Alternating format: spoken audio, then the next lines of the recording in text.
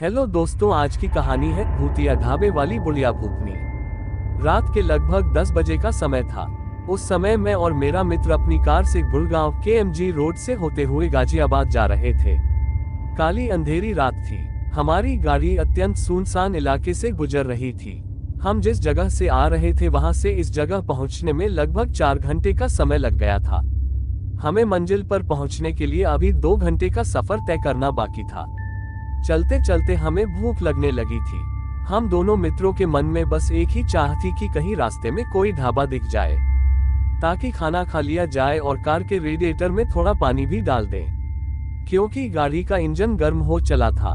तभी हमारी नज़र सड़क के किनारे दूर जल रही लाइट पर पड़ी। हमने सोचा कि हो ना हो कोई छोटा मोटा ढाबा ही है जिसकी लाइट हमें नजर आ रही है।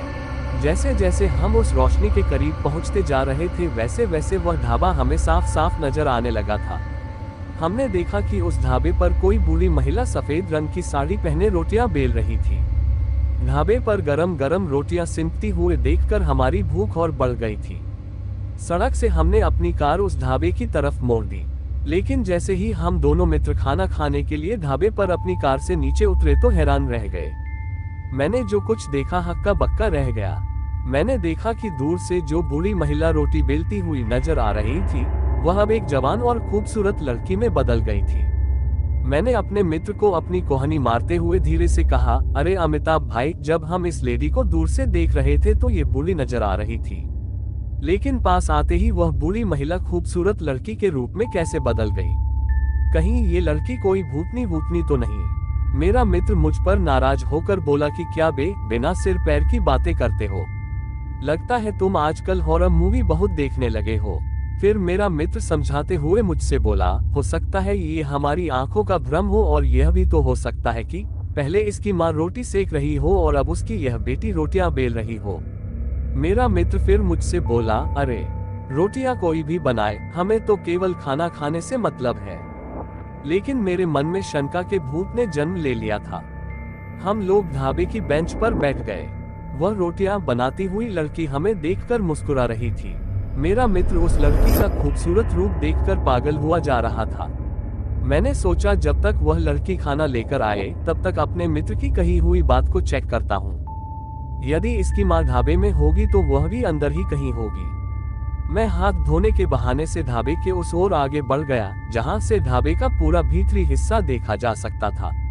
लेकिन जब ढाबे के अंदर की ओर दाएं बाएं अपनी गर्दन घुमा कर देखा तो कहीं भी उसकी मां नजर नहीं आई। अब मेरा माथा ठनका कि इस सुनसान इलाके में एक अकेली सुंदर लड़की ढाबा कैसे चला रही है। मैंने वापस आकर अपने मित्र को बताया कि ढाबे के अंदर कोई नहीं है, उसकी बूढ़ी माँ भी नहीं है। मेरी यह बात सुनकर मेरा दोस्त मुझे डांटने लगा कि तुम यहाँ इस ढाबे पर CID की तरह जांच पड़ताल करने आए हो या खाना खाने? इससे पहले कि मैं उससे कुछ कहता तभी उसके किसी मित्र का फोन आ गया। वह पूछ रहा था कि तुम लोग कहाँ हो। मेरे मित्र ने बताया कि हम लोग गुड़गांव KMG रोड पर हैं। जब उसने गुड़गांव KMG रोड का नाम सुना तो वह चौंका। उसने कहा कि इस रोड पर रात में गुजरना खतरे से खाली नहीं है। तुम अपनी गाड़ी से नीचे तो नहीं उतरे हो? इस पर मेरे मित्र ने कहा, हम लोग एक ढाबे पर रुके हुए हैं। तब उसके मित्र ने फोन पर फिर पूछा कि यह ढाबा कहाँ है। इस बार मेरे मित्र ने बताया कि हम दोनों मित्र MG रोड पर पुरानी ईंटों की भट्ठी के पास पीपल के पेड़ के नीचे एक ढाबा है, वहां खाना खाने के लिए रुके हैं। हमारे मित्र अमिताभ के अपने मित्र को फोन पर अपनी लोकेशन बताने के बाद उसने जो कुछ बताया वह चौंकाने वाला था। उसने बताया कि उस MG रोड पर कहीं भी ढाबा नहीं है। वहां ईंटों के भट्ठी के पास एक कब्रिस्तान अवश्य है जहां भूत भूतनियों के डरावने किस्से अक्सर सुने जाते हैं। मेरा मित्र यह सब सुनकर पसीने पसीने हो गया। उसे समझ में आ गया हम लोग इस समय किसी भूतिया स्थान पर हैं। उसने धीरे धीरे सारी बात मुझे बताई। मैंने अपने मित्र से कहा कि मैंने तुमसे पहले ही कहा था कि यहाँ कुछ दाल में काला है, लेकिन तुम तो उस भूतनी को आई लव यू बोलने को तैयार थे। हम दोनों मित्रों ने जान लिया कि अब आपस में बहस करके समय बर्बाद करने से कोई फायदा नहीं। कोई खतरा उत्पन्न हो उससे पहले ही यहाँ से भाग चले, इससे पहले कि वह खूबसूरत भूतनी अपना भूथा खाना लेकर हम तक पहुंचती। हम उठ खड़े हुए। अब तक रोटी सेक रही उस भूतनी को भी इस बात का एहसास हो चुका था कि हमें उस ढाबे वाली लड़की के भूतनी होने की असलियत का पता चल चुका है। वह अब हम मित्रों की तरफ क्रोधित होकर देखने लगी। देखते ही देखते वह लड़की फिर से बुढ़िया बन गई। उसका चेहरा बहुत डरावना था। उसका कोयले से अधिक काला रंग था। अंदर की ओर धसी हुई आंखें थी। नाक के स्थान पर केवल एक बड़ा छेद था। बड़े बड़े जानवरों की तरह कान और उसके बिखरे हुए लाल बाल थे। वह खौफनाक भूतनी चिल्लाती हुई हमारी ओर बढ़ी, जैसे कि वह हमें कच्चा चबा जाएगी। मेरे मित्र ने गाड़ी पर बैठते ही गाड़ी स्टार्ट कर ली थी। मैं भी लपक कर कार में सवार हो गया। हम कार स्टार्ट कर तेजी से वहां से भाग निकले। बिखरे हुए लाल बालों वाली वह डरावनी भूतनी हमारी कार के पीछे लगभग आधा किलोमीटर तक दौड़ती रही। फिर उसने हमारा पीछा छोड़ दिया।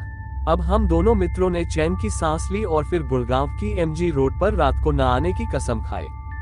दोस्तों, अगर आपको कहानी अच्छी लगी हो तो चैनल को सब्सक्राइब करें। ऐसी ही भूतिया वीडियो देखने के लिए हमारा चैनल पर विजिट कीजिए और वीडियो को लाइक और शेयर करें। Thanks for watching.